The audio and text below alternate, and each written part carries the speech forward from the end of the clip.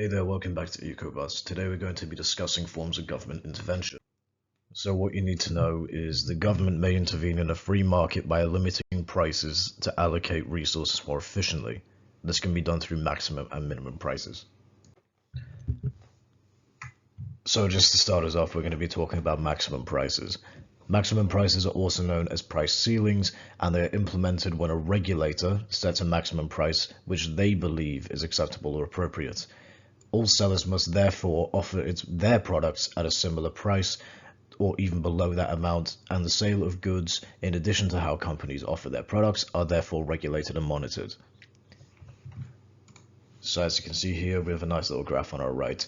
So generally they are imposed upon merit and necessity goods, and they are imposed with the intention to protect low-income consumers and prevent monopoly power.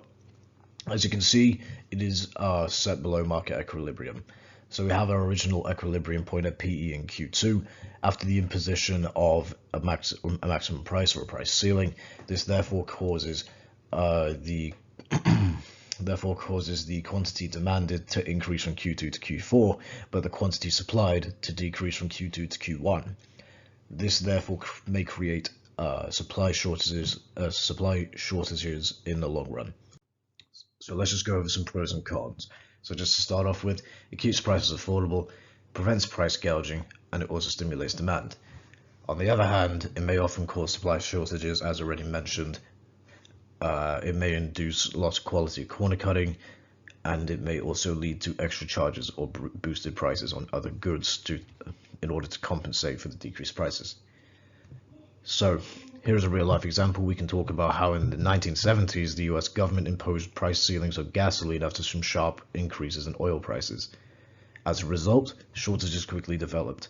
The regulated prices seem to function as a disincentive to domestic oil companies to step up or even maintain production, as was needed to counter the interruptions in oil supply from the Middle East.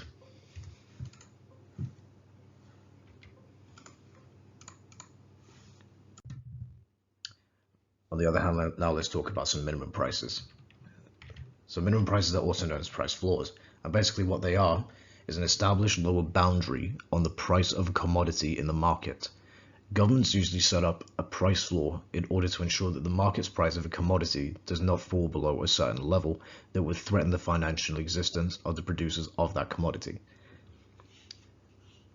So essentially what they do is they raise the income of producers, they prevent price fluctuations, and they also protect workers' wages, and they are set above market equilibrium.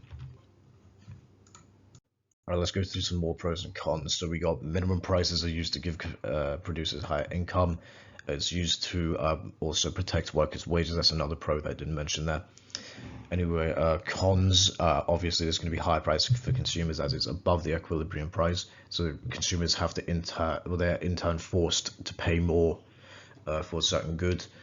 Furthermore, higher tariffs are necessary on imports. So this is done to keep minimum prices. This is done to keep minimum prices, as done by the EU. They also had to put tariffs on food to keep prices artificially high. Minimum prices encourage oversupply and are inefficient. The Common Agricultural Policy, or the CAP, encouraged farmers to produce food that no one actually wanted to eat. This included using more chemicals to increase yields, which is bad for the environment. There was also an oversupply of food that no one wanted to eat, so the EU spent 70% of its budget on buying the surplus in food. So this created quote-unquote bottom mountains and wine lakes. So anyway, let's move on to subsidies. So basically what a subsidy is an amount of money paid by the government to a firm per unit of output to encourage production. So what goods and services may be subsidized? For example, you can talk about healthcare, education, domestic businesses, healthy foods, so like merit goods essentially, power or energy, and then domestic businesses themselves in order to incentivize growth. So what do they aim to do? They aim to increase the revenues of producers. They aim to make necessities and merit goods more affordable to low-income consumers. They also aim to encourage the consumption of a good or service that is considered beneficial to consumers, for example, vaccinations. They also aim to support the growth of a particular industry. They can also be used to encourage exports and protect national industry from foreign competition, or even used to correct positive externalities, improving the allocation of resources. So here we have a graph representing the effect of a subsidy on equilibrium. So just to start off with, as you may already know, subsidies cause a right shift in the supply curve. Due to that right shift, the original equilibrium point A shifts to the right to equilibrium point B. In doing so, this therefore causes the price to decrease from P star to P1 and the quantity to increase from Q star to Q1. This therefore establishes a new equilibrium point B at a lower price and a higher quantity. In order to work out the difference in the actual amount of subsidy given, you essentially just go from point B and you draw up to the original supply line. And then you draw across, and that's where you form P2. And when you find that point, the difference between those 2 points is the amount of money paid by subsidy. So here we have some evaluation points. So for example, we can discuss opportunity cost, inefficiencies, and effects on taxpayers. So here's just a brief example. So for example, the size of the subsidy given to a domestic farm. Yes, it may cause economic growth to increase in the short run, as well as protect domestic farms and maintain a reasonable balance of payments. However, if the size of the subsidy is too large, then it may lead to other investment projects being abandoned, including healthcare and education, leading to long-run inconveniences to firms and in turn higher unemployment rates. Thus, and then you continue on. So here we can also talk about taxation. This is the final thing. So taxation, so it is a form of government revenue which can also be used to encourage or discourage demand, depending on whether tax rates are used, just depending on how they're used, so increased or decreased. So we have some types of taxation, just some basic ones: income, inheritance, property, tariffs, VAT, and corporation taxes, also known as business tax. So then these can be divided into 2 sections: direct and indirect.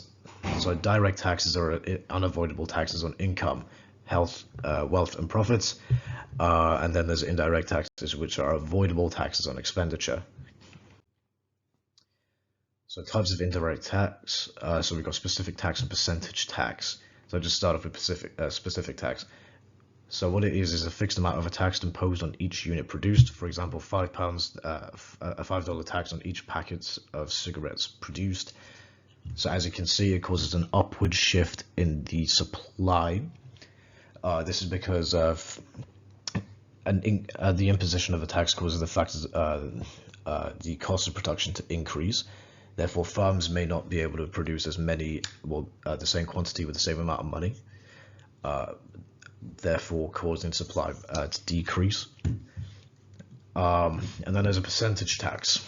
So a percentage tax is added to the selling price. For example, if 20% of the selling price of cigarettes is obtained, 20% of the selling price of cigarettes is obtained by the government. So again, it looks a little bit different. However, it does work the same. Is used to disincentivize spending, and is used to disincentivize spending. Continuing, so as you can see here, this is how you calculate government revenue. So just to start off with, you got your supply pre-tax and you got your supply post-tax. This is representative of a percentage tax. So essentially, what you just have to do here is you have to work out the area of the box. Really not that difficult. You go from 0 to Q1, then you go from this bottom value here, bottom value below P0 up to P1. You work out length times width, boom, area of the box, and that is your government revenue. Anyway, thank you for watching.